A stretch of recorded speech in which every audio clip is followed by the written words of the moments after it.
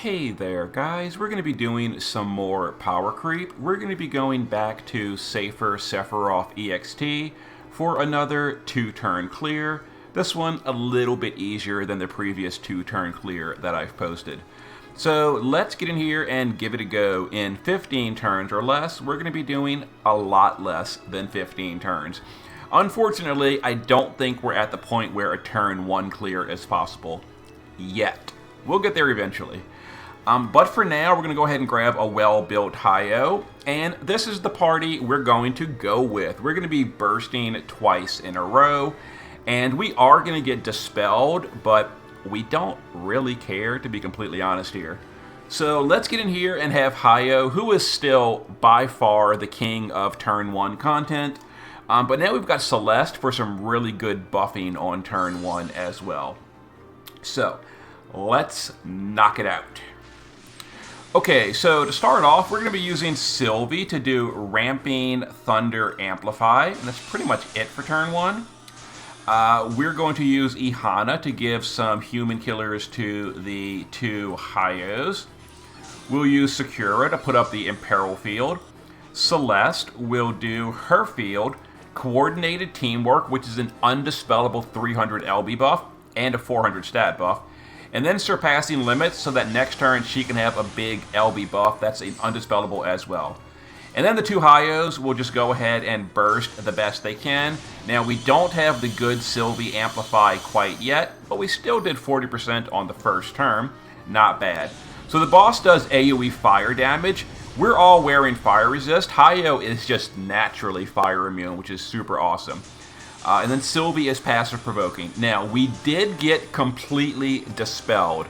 Thankfully, Sylvie auto-casted her Thunder Amplify. In order to re-imbue the party, we'll use Sakura to do Thunderstone.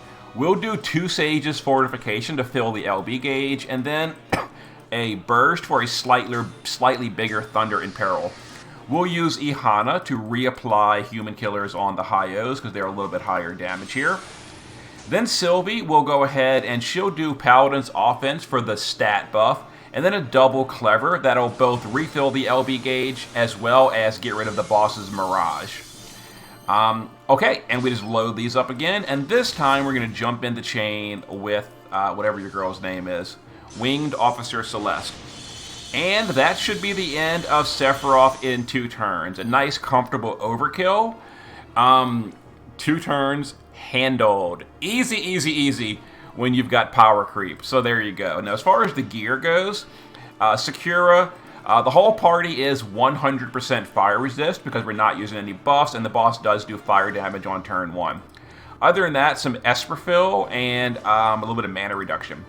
Ihana, same thing. A little bit of fire resist, a little bit of Esper fill, and mana reduction. Sylvie is passive provoking with way more than you need. All she needs is 100 fire and 100 earth resist. Passive provoke, full evasion, and status immunity for the provoker. So there you go. She's geared way more than we need. I just didn't feel like, lowering it. Celeste in the base form, just some fire resist, shift form damage versus humans, and a little bit of fire resist. There we go. And then Hi-Oh is wearing, he's just naturally fire immune, just by default, which is super awesome. There we go. Now mine is on Lakshmi for the overkiller of human. The friend is not, but it should be fine. Here's the friend's gear, basically the same thing. And thankfully, every Hi-Oh you find will be naturally fire immune, so don't gotta worry about that. There's a 2-turn clear. Power creep for the win. 9.4 on the second turn. Awesome. Yeah, so we did get dispelled, but we just reapplied it all on turn 2. Like, no big deal. Whatever. Anyway, there is a damage breakdown. Like I said, Hi-Oh just, chef's kiss for turn 1 damage. And turn 2 damage. And turn 3, 4, and 5. Hi-Oh just out the gate. Go, go, go, go, go, go, go. He's super good.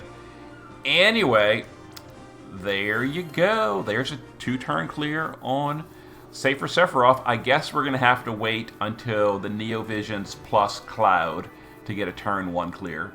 But I think he could do it. Very honestly, I think he could do it because he like automatically buffs everything you need on turn 0. So turn 1, you can just go out of the gate with maximum damage. It's so good. It's so good.